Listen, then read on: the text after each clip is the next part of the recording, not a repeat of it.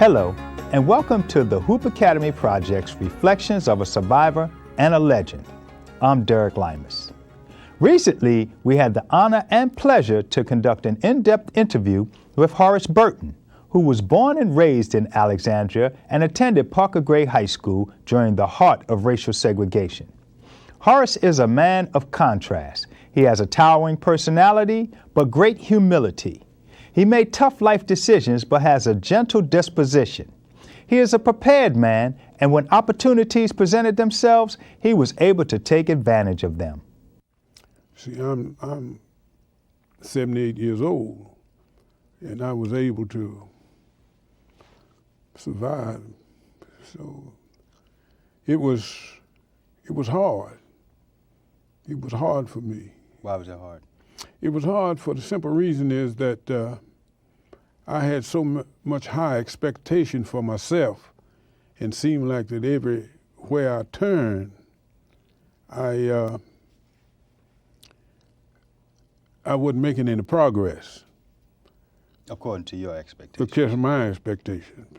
And there was a gentleman at Wake Forest University by the name of P. Head Walker, coach at Wake Forest University. At the time, he was over at State College along with Frank McGuire. So when you say State College, you mean? North Carolina State. Okay. See, because we are just down the street from them. Shaw University is just down the street from them. Mm-hmm. See, Shaw University didn't have a gym. And we used to go over and play on Sundays with Dick Nayway, Dick Boobers. He was at Duke, and we used to put a hurting on him. And we're talking about basketball? Basketball and stuff. So when he left, he was the football coach. Now I'm talking about the coach at Wake Forest, which is just 12 miles away from us. And he had a working relationship with Bob Gaither down at Florida A&M. Mm-hmm. And when Shaw was so good at that particular time, he asked the coach at Wake Forest to say, look, would you intercede and give me some specs on Shaw University, scout them, so that we play them in that next year? So this is the story that the coach told me at Wake Forest, from Wake Forest. He was my coach in Canada, and he was telling me about this.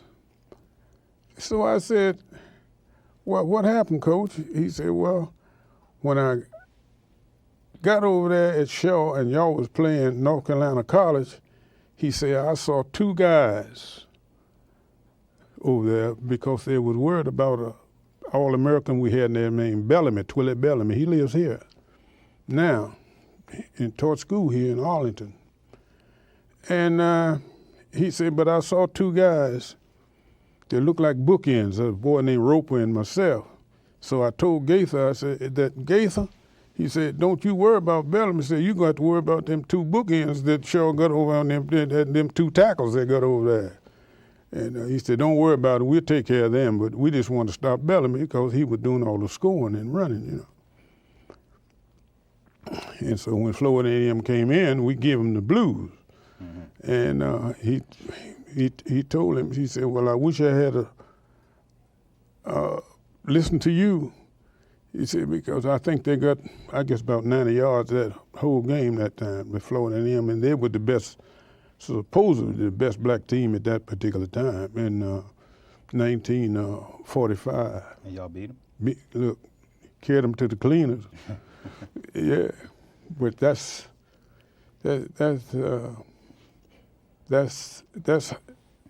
how that things start breaking for me, because when he came here, and we used to play Clark Critic all the time, and I used to play Sandlot with the Alexandria Rams, and he asked Mr. Ragland, who was the director for Clark Critic, because Clark Critic used to use all the Redskins players that didn't make the team. Well, then we beat Credit, and he said, well, isn't that Burton, that same Burton that played at Shaw? He said, yeah. Well, he came in the dressing room with all those guys, and he introduced himself, and I shook his hand, and he told me, he said, look, I'm going to Canada. He said, I want you to go with me. So it wasn't a matter of sign up and do this and do that. He said, I want you with me because we're going to build a team up there. And he said, you think about it. I did, right after he left out the door. Wayne Milner, he also, when I was going to Canada, I called him and told him that Coach Walker, P. Head Walker, had asked me to come up there and everything like that. So he wrote a letter on my behalf, and that was it. Separate but equal was just a paper phrase, but reality was a totally different thing that Horace and his fellow students had to live daily. That's right. The other schools, they dreaded the players. Douglas High School had about, 1,300 students. We had about 200, 300 something. That's about all. I mean, for the whole high school. Right, not for the senior class. Not for the senior class, but just for the school itself. We had no gym and everything, and it was hard. So we didn't even have a bus to ride to school. You know, we walked. White boys crossed the bridge at George GW, across the tracks. They had a bus, stadium, and a gym. We didn't have nothing. We had a little cracker box about big, wasn't as big as this place, and Earl and I could jump and touch the ceiling. So it was hard, but we disciplined ourselves. And then when the city built the Alexandria Recreation Center on the corner of Pendleton and Patrick, we played over there with the auspices of Jerome Ford and Mrs. Carroll. And it was hard for us, really. The athletes, if you find the history of us, and sometime I sit down and look at some of my scrapbooks and the history of us, we took nothing and made it into something. What do you mean by that? We had no place to play football. We had to walk up to the stadium, up Municipal Stadium from where Parker Gray was, to play football. We had no gym. We didn't have a bus to go to school with. We had to walk, rain, shine, or whatever. But yet, we survived. So I feel we took nothing and made it into something. And even to the superintendent, T.C. Williams, he was a superintendent then. T.C. Williams, he was just as prejudiced as he can be because, number one, he wouldn't give us nothing to help us. The guy who they named the school after. Excuse me, I'm sorry. Nah. But I can't tell you how to feel. Yeah, but I thought I'm not going to knock how you feel. I thought that he was just as wrong as two left shoes, and for them to name that school after him, that bothers me. But nevertheless, politics is politics. But I still feel that we took nothing and made it into something. We put Alexandria and Parker Gray on the map. Even, and let me tell you something. Maybe I'm talking too much. No. Let me tell you something. You keep going. Every Thanksgiving, we had a football team. Parker Gray High School's ball players, football, played George Washington. At Jefferson School, it was a school over on West Street, it had a field over there right behind the Reed Theater. And we used to play over there every Thanksgiving in the morning. And everybody around the circle and everybody down, it was fine. We had a good time, played the white boy. We played the white boys over there. Billy Dolly, the Trigger Brothers, Hensley, Lee Foams, Corky Foams, all of them. We all played together. Then after the game was over, we sit down, people used to bring hot chocolate and sandwiches and everything out there, and we laughed, talked, and after that, we were gone. We'd meet again next year. Mm-hmm. And it was fun. But it wasn't fun so far as we are concerned, but it was just a matter of, I'm talking about me, just venting. So it got to the point where, but they wouldn't let me play anymore. Why? Because, I was just hitting too hard, Looked like I was trying to kill somebody, But that was all right with me and stuff like that. But it was just, people didn't know what we had to go through in order to try to survive making something into nothing. But see, when we were coming up, well, the role model so far as blacks were concerned was null and void, because there wasn't many blacks on the teams and stuff that we were dealing with. And not only that, though, but when I was coming up, we had to ride a truck with straw on it to Roanoke, Virginia, to play Addison High School with a canvas over top of the truck. As you see in some of these movies and stuff, you see it over in Darfur, over in Africa and everything. We rode a truck. We didn't have no bus. We rode a truck when we played Addison in Roanoke, and the people would meet us at the school and take us to their homes, where two players would be here and two be here and two be there. Same way with Charlottesville. We go to play Jefferson. It'd be the same thing. Down to Peabody, Petersburg, same thing. Ride that truck. Straw. All your football togs, you call them togs, and cleats and everything, in a grass sack and tied up. That's where it was. And you sleep on that. Your head rest, that's your head rest.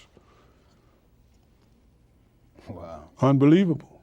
But we did. But the white boys had those school buses, Alexandria school buses. We had nothing. And we were good. But you had it inside. You had it here. The will to win, the will to be somebody. Some of the things that Horace just talked about were mind-blowing.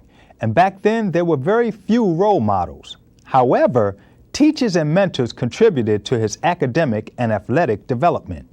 These people ensured that he would maximize his potential in those areas. It was very hard, but it was a group of guys that, and a group of men, I put it that way, in the city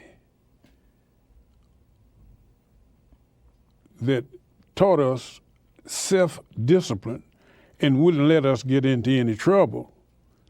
And the thing about it, the people of Alexandria loved us, the group of guys during my time. And everywhere that we would go, so far as playing ball, I put it that way, and even to the teachers.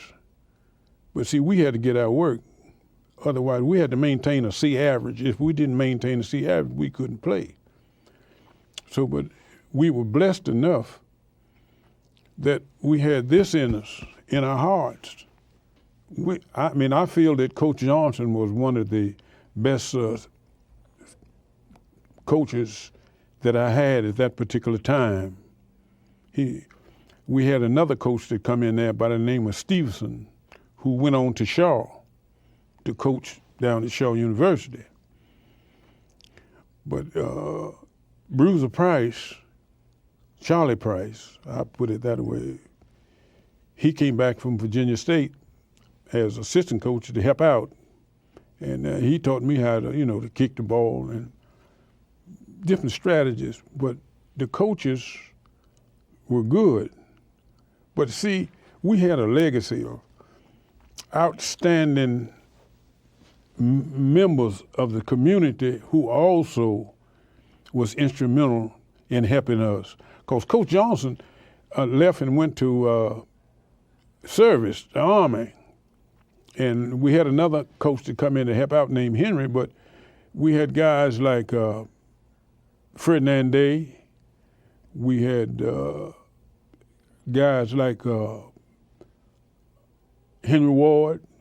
We had guys like, let me see, if I can think of Charlie Montague, and they were sports-minded, and they would come up and help out.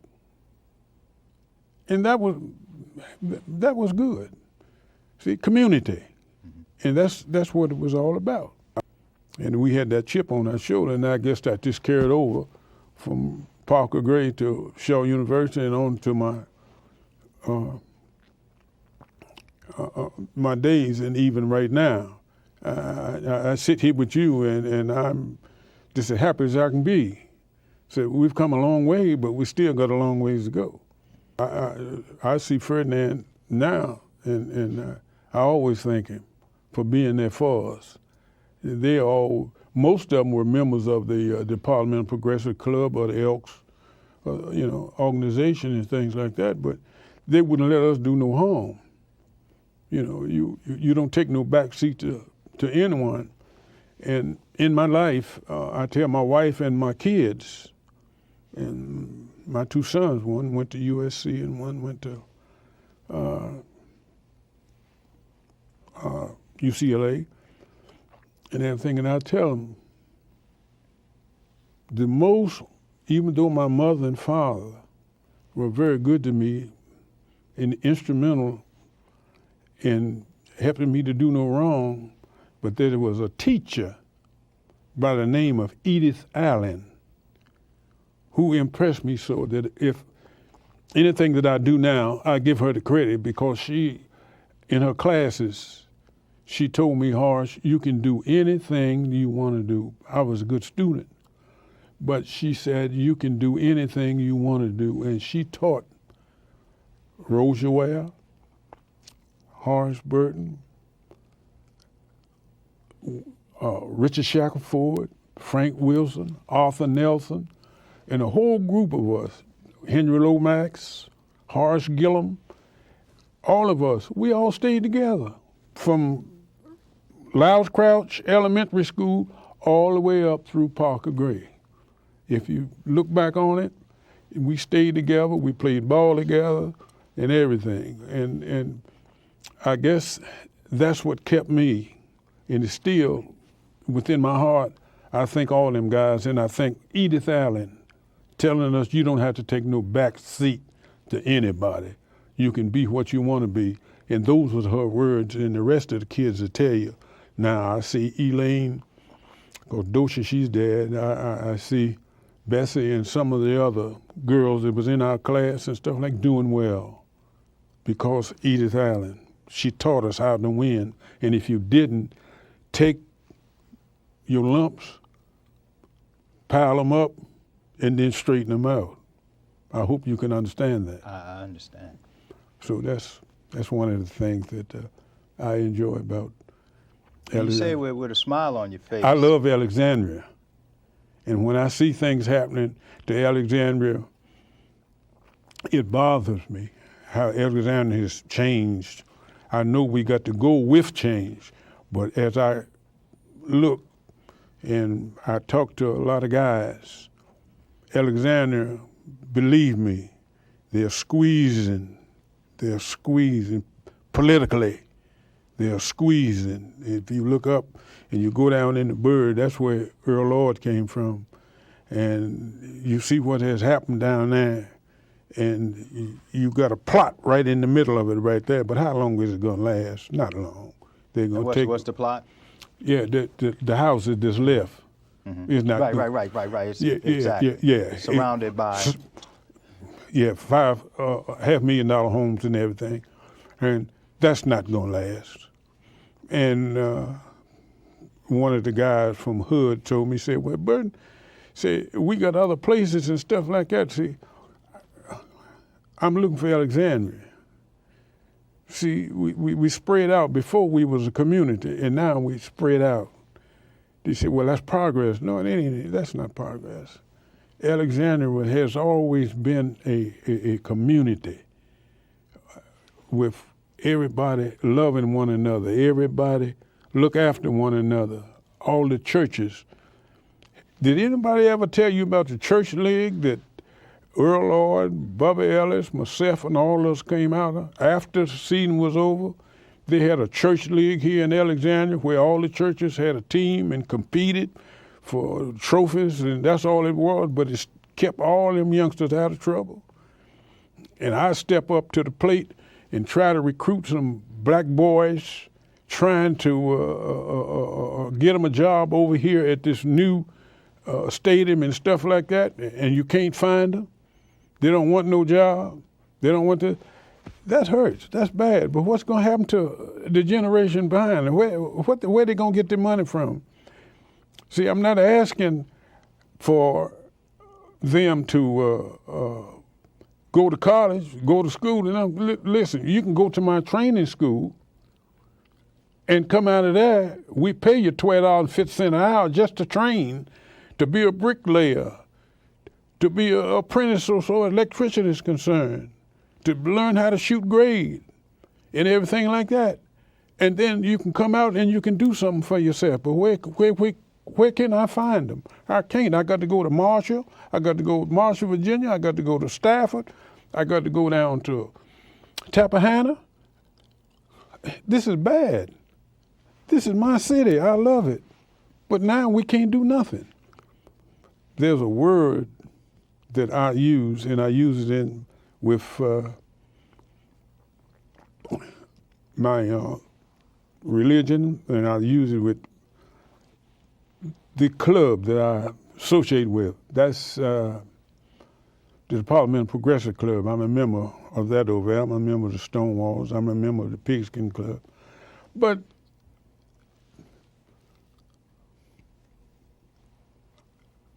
overwhelmed, political overwhelm. That's it. Overwhelmed. If you step back and look back, it's overwhelmed. The word I use.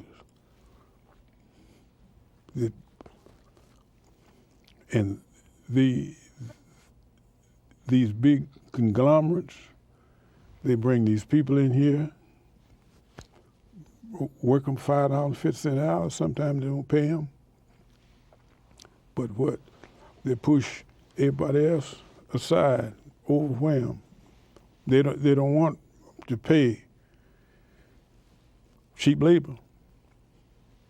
That's the whole thing. For the labor movement, cheap labor, overwhelmed. Push you aside. Downtown Alexandria,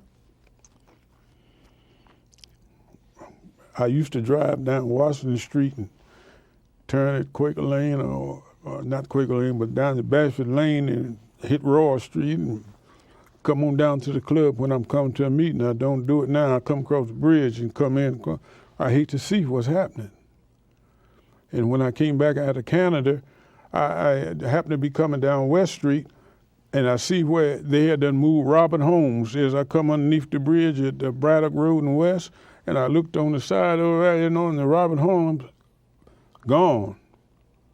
$500,000 homes in there. So the politicians, they paint a good picture, but no matter what they do, they're still driving that wedge. I mean, that's the way I look at it. They're still driving that wedge down there, but as you may say, well, some of it is untapped, and you'll find some will get away from it and do good, strive to do good.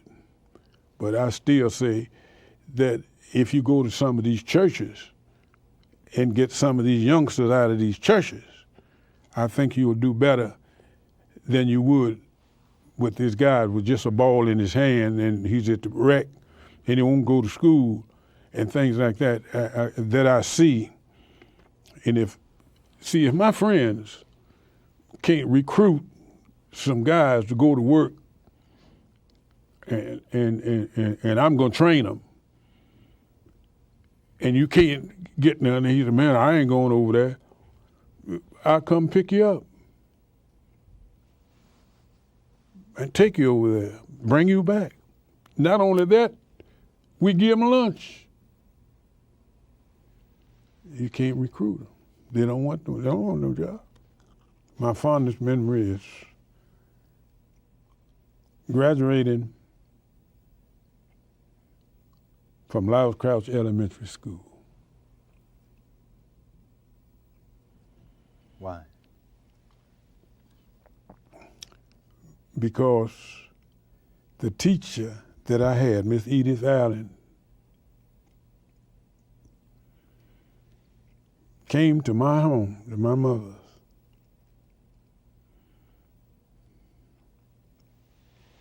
and told my mother, keep your hands on him, because he's something special. And my mother was the first black nurse at the Alexandria Hospital. And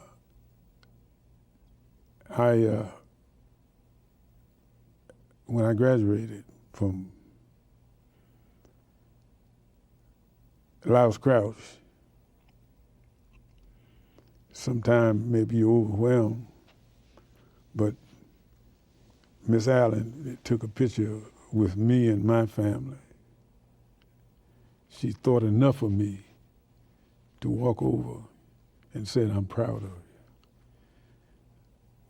you. And nobody else had ever said that to me.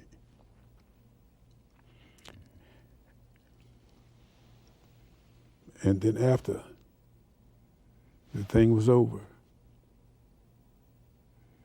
back then she had cake and ice cream at our home, invited 4 boys in her home and their families, because she was proud of us. And that's the proudest time of my life in Alexandria. And she was a proud lady.